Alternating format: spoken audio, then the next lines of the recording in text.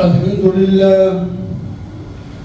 لله وكفى والصلاة والسلام على سيد الرسل وخاتم الأنبياء أما بعد فأعوذ بالله من الشيطان الرجيم بسم الله الرحمن الرحيم واتبعوا أحسن ما أنزل إليكم من ربكم من قبل أن يأتيكم العذاب بغتة وأنتم لا تشعرون صدق الله مولانا العظيم اللهم صل على سيدنا ومولانا محمد وعلى آل سيدنا ومولانا محمد وبارك وسلم محترم موضوع سامعین بزرگ دوستوں عزیزوں، رمضان مبارک سے یہ مضمون چلا آ رہا تھا کہ کسی کو اللہ سے نا امید نہیں ہونا چاہیے. اللہ کے گھر پہ آ جاؤ، اللہ تعالیٰ سارے گناہ معاف کر دیں. یہ امید کی آیت تھی. اس کے بعد اللہ نے دوسرا اعلان یہ فرمایا کہ تم توبہ کر لو وَأَنِيبُوا إِلَىٰ رَبِّكُمْ، اپنے رب کی طرف جھک جاؤ، ادھر آ جاؤ. کل تم اللہ کی طرف پشت کر کے نافرمانی کر رہے تھے اور تم نے اب توبہ کر لی ہے. اب اللہ تعالیٰ کی طرف رجوع کرو. عذاب آنے سے پہلے، مرنے سے پہلے تم رجوع کر لو، آؤ ادھر. اب اس کے بعد اب تیسری آیت میں یہ فرمایا کس طرح رجوع کرنا ہے. رجوع کرنے کا طریقہ اللہ تعالیٰ ہے، ہر چیز ایک رب کے ساتھ قرآن بیان کرتا ہے. وَاتَّبِعُوا أَحْسَنَ مَا أُنزِلَ إِلَيْكُم مِّن رَّبِّكُمْ، یہ رجوع کا طریقہ. تم اپنے رب کے خوبصورت احکام جو اس نے تمہاری طرف بھیجے ہیں اپنے رسول کے ذریعے، ان کی اتباع کرو، ان پر عمل کرو. جو کام کرنے کے تھے انہیں کرو، اور جن کاموں سے روکا گیا ان سے رک جاؤ. اتباع کا یہ مطلب، اتباع کرو، یہ کام کرو. اقیموا الصلاۃ، نماز پڑھو. وآتوا الزکاۃ، زکوٰۃ ادا کرو. صوموا، روزے رکھو. حج کرو. سچ بولو، یہ کام کرنے کی بہت سے اور مثال دیں. شرک نہ کرو، نماز نہ چھوڑو، بدگمانی نہ کرو، غیبت نہ کرو، چوری نہ کرو، ڈاکہ نہ ڈالو، رشوت نہ کھاؤ، سود نہ کھاؤ. یہ مثالیں چند دیکھ دیں. یہ کام نہ کرو. اس کو دوسرے الفاظ میں یوں فرمایا وَمَا آتَاكُمُ الرَّسُولُ فَخُذُوهُ، جو اللہ کا رسول تمہیں دے دے اسے لے لو، تمہاری سمجھ میں آئے یا نہ آئے. جب آپ نے فرما دیا کہ یہ کرو بس اس کو کرو، اس کا فائدہ تمہیں پتہ چل جائے گا. بعد اب نہیں بھی سمجھ آ رہا تب بھی کرو. اور وَمَا نَهَاكُمْ عَنْهُ فَانْتَهُوا، اور جن کاموں سے آپ نے روکا ہے اس سے رک جاؤ. بظاہر تمہیں نقصان نظر آ رہا ہے. رشوت میں تو ایک دن میں پتہ نہیں، بڑے لوگ رشوت میں کروڑوں لیتے ہیں، کچھ لوگ لاکھوں لیتے ہیں، کچھ لوگ ہزاروں لیتے ہیں، کچھ لوگ تھوڑے سینکڑوں میں بھی آتے ہیں کہ چلو. تو یہ یکدم بند ہو جائے گا رشوت، کہ کیا کریں. اب بات چھوڑ دو، بھوکے مرتے ہو مرو، کوئی بات نہیں، اللہ نہیں مرنے دے گا بھوکا. رشوت نہیں لینا. بغیر کمانے کے سود کے پیسے آ رہے تھے تو آپ نے فرمایا یمحق اللہ الربا ویربی الصدقات، سود چھوڑ دو، یہ تمہارے دوسرے مال کو بھی مٹا دے گا اگر کھاتے رہے تو. اور بظاہر تو مال آ رہا ہے، 100 پہ 10 مل رہے ہیں، 110 مل رہے ہیں، تو اس سے رک جاؤ. بھائی ہاں رک جاؤ. رک گئے تو اللہ تعالیٰ حلال مال میں جو باقی جو سود کے بغیر تھا اس میں برکت ڈال دی. جو کام سود کے پیسے سے ہزاروں سے نہیں ہو سکتا تھا وہ سینکڑوں سے ہو جائے گا. پھر بچت نہیں آگے. جو سینکڑوں سے ہو رہا تھا وہ آپ کی دسیوں میں ہو جائے گا. جو تھوڑے پیسے خرچ کرنے وہ مفت ہو جائے گا. ادھر کا حساب نہیں لگاتے ہم. سود حرام. تو اللہ تعالیٰ فرما رہے ہیں وَاتَّبِعُوا أَحْسَنَ مَا أُنزِلَ إِلَيْكُم مِّن رَّبِّكُمْ. اتباع کرو خوبصورت احکام کی جو اللہ نے تمہارے لیے بھیجے ہیں. کب کریں؟ اس سے پہلے کہ تمہارے اوپر عذاب آ جائے. من قبل یأتیکم العذاب. عذاب آ گیا تو پھر تمہاری توبہ کا کوئی فائدہ نہیں. تو یہ مختصر سی باتیں پلے باندھنے کی. میں اپنی طرف صحیح کر رہا تھوڑی سی اپنے الفاظ میں اس کی بیان تشریح کر لیتا ہوں، لیکن وہ قرآن کا حکم ہے جس کے ہم بندے ہیں. اللہ کی کلام ہے، اللہ کا حکم ہے. تو اس واسطے اس میں شک شبہ کی ضرورت نہیں ہے. یہ یقین والی باتیں ہیں. ادھر ادھر کے قصے نہیں سنا رہا میں. قرآن کی آیت سورۃ زمر کی آیتیں جو 23ویں پارے سے شروع ہوتی ہے، یہ 24ویں پارے کے اندر یہ آیتیں جو میں نے آپ کے سامنے پڑھی. وَاتَّبِعُوا أَحْسَنَ مَا أُنزِلَ إِلَيْكُم مِّن رَّبِّكُم مِّن قَبْلِ أَن يَأْتِيَكُمُ الْعَذَابُ بَغْتَةً. اس سے پہلے کہ عذاب نہیں اچانک آ جائے.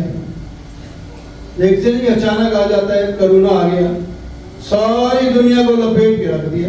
تو یہ عذاب اچانک آ جاتا ہے، پتہ ہی نہیں ہوتا. بعد میں پھر کہتے ہیں صاحب پتہ نہیں میں نے کون سا گناہ کیا ہے. وہ یار پتہ نہیں تو کون سا نہیں کیا، ہزاروں لاکھوں گناہ کیے ہیں، تجھے ایک بھی نہیں سمجھ آتا. یہ نماز چھوڑنا گناہ نہیں ہے،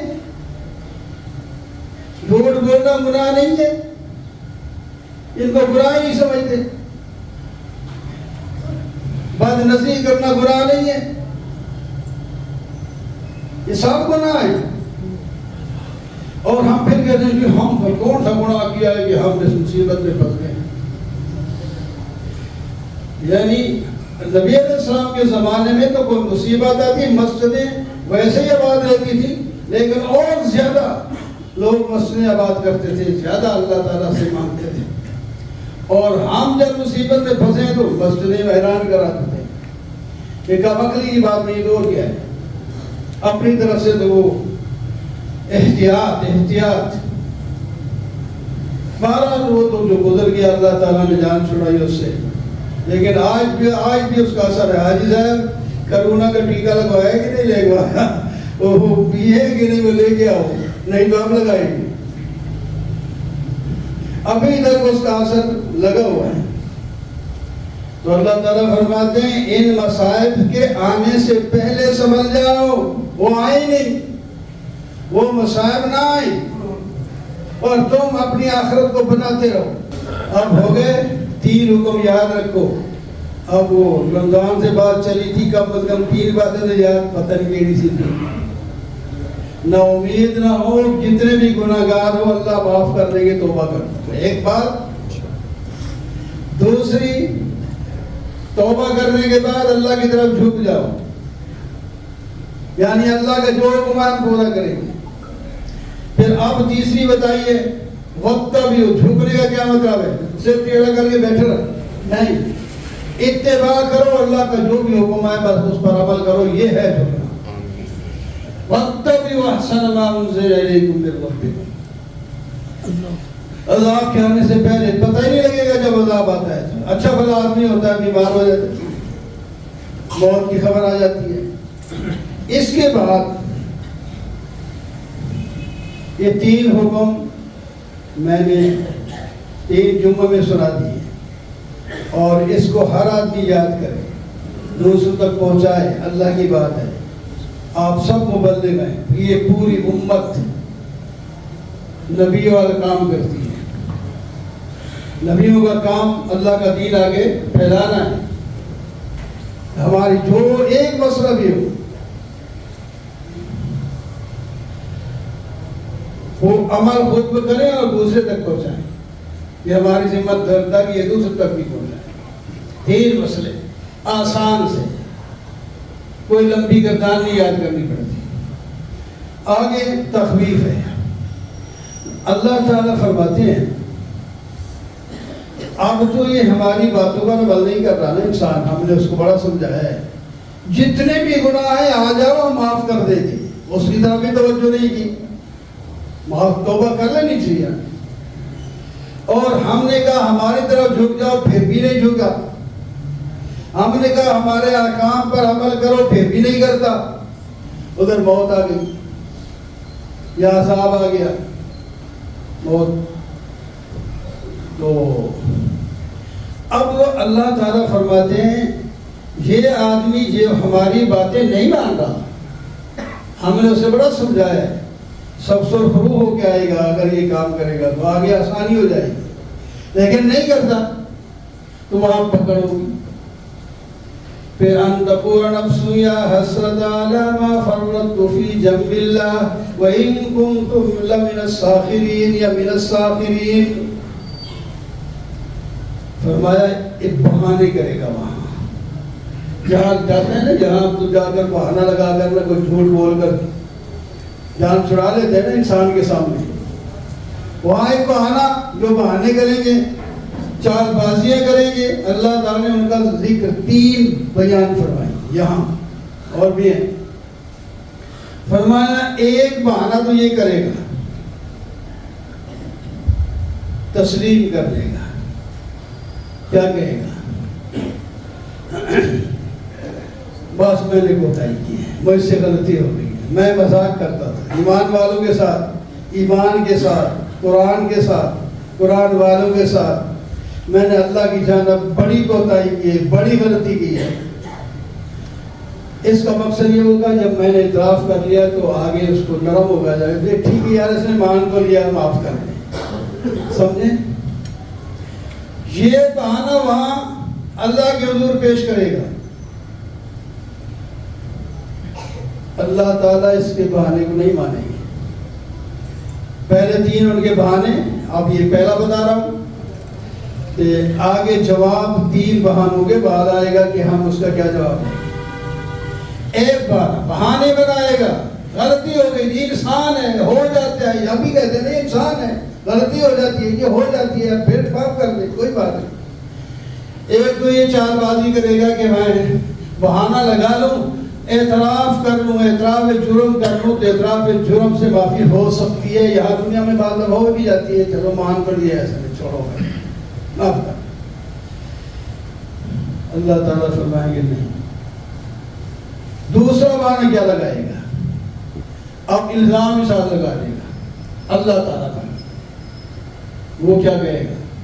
اگر اللہ مجھے ہدایت دیتا تو میں ہدایت یافتہ ہوتا، میرا قصور کوئی نہیں. اللہ نے ہدایت نہیں کی اس واسطے میں ہدایت میں نہیں تھا، میرا کیا قصور ہے؟ لو ان اللہ ہدانی لکنت من المتقین. اگر اللہ تعالیٰ مجھے ہدایت دیتا تو پھر میں متقین ہوتا، گناہ نہ کرتا. یہ میرا نہیں قصور، اللہ نے مجھے تقویٰ دیا ہی نہیں، ہدایت دی ہی نہیں. تو یہ کیا ہے؟ قرآن کس واسطے ہے؟ یہ ہدایت نہیں ہے. نبی کس واسطے ہے؟ یہ ہدایت نہیں ہے. ایک ہوتا ہے پکڑ کے گردن مروڑ کے کام کروانا، وہ اللہ نے فرمایا ہم یہاں نہیں کرتے.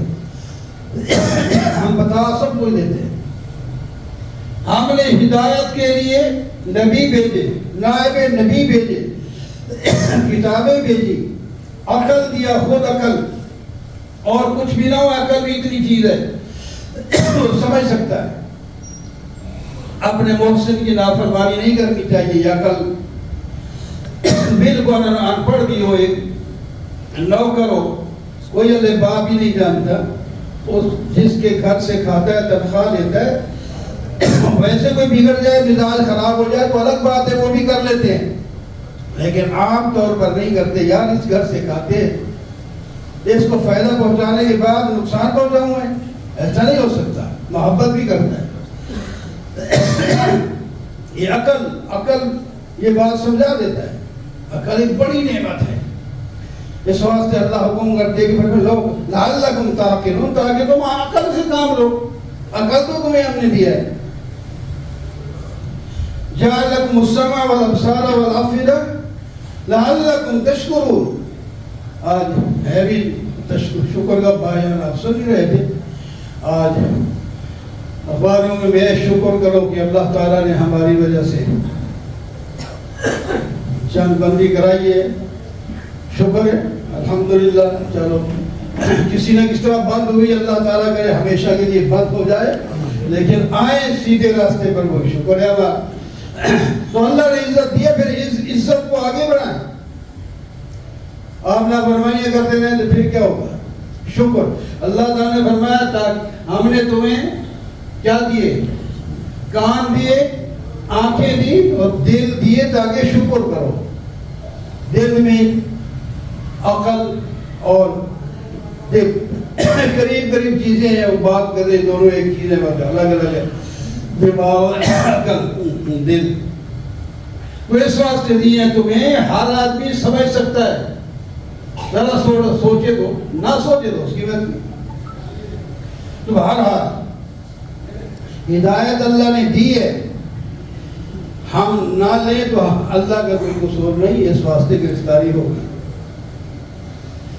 اللہ تو یہ دو چیزیں, دو بانے, ایک تیسرا بانا انشاءاللہ اگلے جمعے, اور اس کا جواب بھی اگلے جمعے ہوگا. واقول قولی ھذا